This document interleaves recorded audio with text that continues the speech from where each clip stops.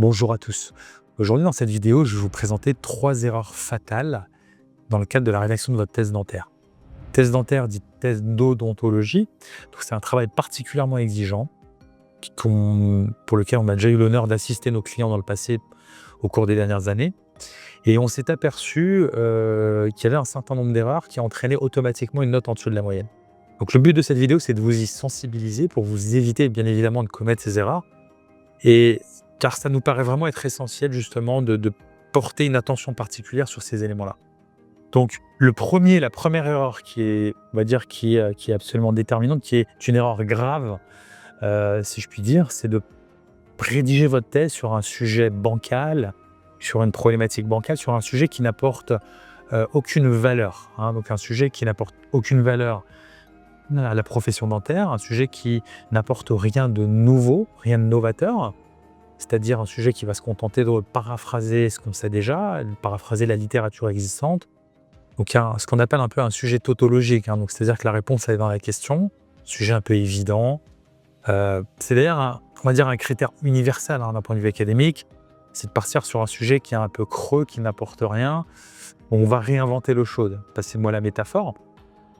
Mais le choix du sujet, comme dans tout travail académique, est absolument déterminant. Donc déjà, si vous partez sur le bon sujet, vous allez déjà marquer des points naturellement. Comment ? Déjà, vous allez intéresser votre directeur de thèse, le jury. Vous-même, vous allez avoir une forme d'émulation dans le cadre de la rédaction. Vous allez apporter une vraie valeur ajoutée et vous allez être motivé par la rédaction de cette thèse. Elle va aboutir naturellement sur des préconisations qui vont pouvoir aider éventuellement la profession dentaire.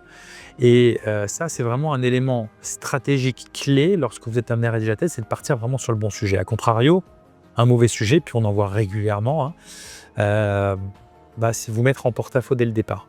Puis on le formalise. Comment on le formalise ? En le faisant valider par le directeur de thèse. Toujours très important. Si vous avez un aval du directeur de thèse, c'est déjà relativement sécurisant. Mais essayez de prendre en considération ces différents éléments que je vous ai indiqués pour choisir vraiment le bon sujet. Le but de cette vidéo, c'est pas de vous donner des sujets en vrac, ça n'a pas d'intérêt, mais c'est vraiment de vous sensibiliser, de vous apporter justement ces éléments d'information importants sur la manière de déterminer le bon sujet.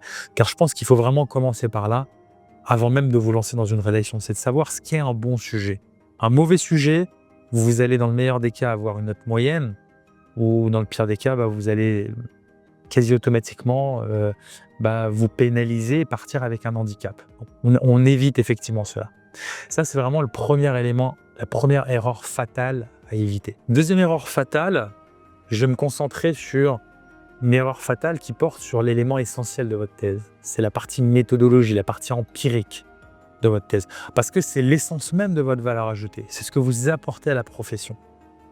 Et si j'ai un problème scientifique, un problème dans les calculs, je vais biaiser tous mes résultats par la suite et toutes mes conclusions par la suite, et je vais me décrédibiliser, puisque tout ce que j'écrirai par la suite n'aura pas de sens, étant donné que ça s'appuiera sur de mauvaises bases.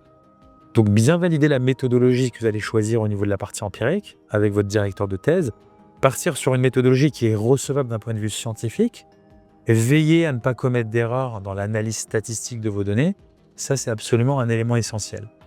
Je vous invite à faire une double vérification auprès de votre directeur de thèse. C'est pas un luxe. S'il y a un élément vraiment sur lequel il faut porter une attention particulière, c'est la partie empirique. Un mémoire ou une thèse d'ailleurs, quelle que soit la formation ou le domaine de compétences, qui a, on va dire, une lacune significative au niveau de la partie empirique, que ce soit un déséquilibre, donc un manque de développement, d'analyse, une erreur dans les calculs que vous avez pu faire, un problème de méthodologie, par exemple, vous travaillez sur un nombre d'observations qui est insuffisant pour extrapoler, une taille d'échantillon qui est insuffisante, vous avez une marge d'erreur dans vos conclusions qui est trop importante, vous avez fait une erreur de calcul par rapport à cela, forcément, on va vous critiquer, on va dire oui, mais c'est pas représentatif, vos conclusions ne sont pas représentatives, donc tout ce que vous avez rédigé par la suite, c'est-à-dire à peu près la moitié de la thèse, ne vaut rien. Forcément, ne vous attendez pas à avoir une note au-dessus de la moyenne. Donc, ça, c'est vraiment un élément sur lequel il faut faire très attention puisque les enjeux sont très importants. C'est la partie empirique et les choix méthodologiques que vous allez faire, les calculs que vous allez faire. Il faut vraiment que vous respectiez la méthode scientifique, qu'il n'y ait pas d'erreur de calcul, pas d'erreur de d'un point de vue méthodologique. Et je vous invite, je me permets de me répéter, mais voilà, s'il y a bien une chose qu'il faut répéter, c'est celle-ci, c'est de le faire valider par le directeur de thèse pour avoir une double vérification et s'assurer qu'on va dans le bon sens.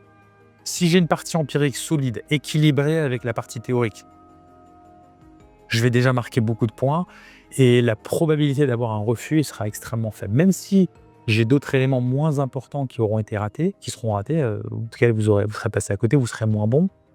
La partie empirique, si vous apportez une valeur à la profession, si elle est solide d'un point de vue scientifique, vous allez vraisemblablement valider votre thèse. Donc ça, c'est vraiment un élément important. Je vous invite à y porter l'attention que ça mérite. Troisième erreur fatale, si je puis dire. Elle n'est pas complètement fatale, mais elle est fatale avec une forte probabilité. C'est de court-circuiter votre directeur de thèse. Le temps que ça vous prend, les enjeux qu'il y a derrière, la subjectivité de l'évaluation sont autant de critères qui font qu'il est inconscient de rédiger unilatéralement une thèse dentaire.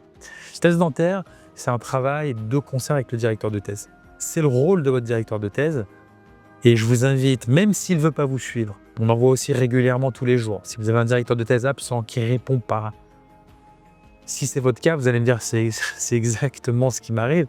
Dans ce cas-là, on va éviter de le sursolliciter, on va vraiment se concentrer sur des points clés, c'est-à-dire le sujet, le plan détaillé, la méthodologie de la partie empirique naturellement, et puis la totalité de la thèse à la fin, très très important.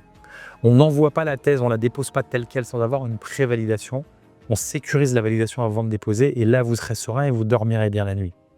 Donc on sécurise en amont et c'est vraiment pour vous sensibiliser sur l'importance des échanges avec le directeur de thèse. Même si vous n'êtes pas très bon, même si vous n'avez pas la plume qu'il faut, mais que vous avez fait valider les parties par votre directeur de thèse, vous serez sécurisé. Du moins, dans notre société chez Expert Mémoire, lorsqu'on est amené à vous aider dans la rédaction de votre thèse, lorsqu'on rédige une thèse dentaire, pardon. Donc, on veille à respecter justement des points clés, des points d'étape qui sont absolument importants d'un point de vue stratégique pour vous éviter justement de court-circuiter le directeur de thèse sur des moments clés, en fait, en termes de validation, qu'il ne faut pas rater quoi qu'il arrive.